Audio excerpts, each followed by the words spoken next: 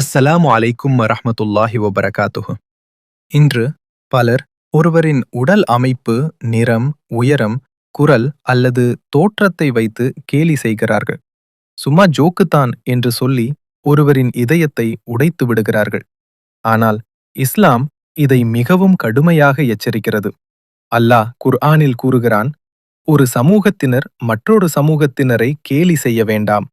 சூரா Hujurat 49:11. ஏன் தெரியுமா? நீங்கள் கேலி செய்கிற அந்த மனிதர் அல்லாவிடம் உங்களை விட உயர்ந்தவராக இருக்கலாம். ஒருவரின் தோற்றத்தை பார்த்து அவரின் மதிப்பை தீர்மானிக்க முடியாது. நபிகள் நாயகம் ஸல்லல்லாஹு அலைஹி வஸல்லம் கூறினார்கள், ஒரு முஸ்லிமை இகழ்வதே தீமையாகும்.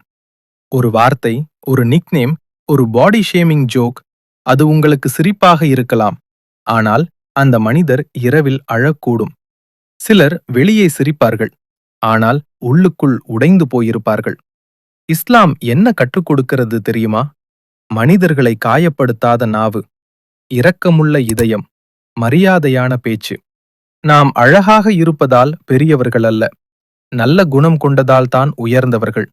நபிகள் நாயகம் ஸல்லல்லாஹு அலைஹி வஸல்லம் கூறினார்கள், அல்லாஹ் உங்கள் தோற்றத்தையோ செல்வத்தையோ பார்க்க மாட்டான், உங்கள் இதயத்தையும் செயல்களையும் தான் பார்க்கிறான். ஆகவே இன்று முதல் ஒருவரின் குறைகளை வைத்து சிரிக்காமல் அவர்களுக்காக துஆ செய்யுங்கள். உங்கள் வார்த்தைகள் ஒருவரின் இதயத்தை காப்பாற்றட்டும், உடைக்காமல்.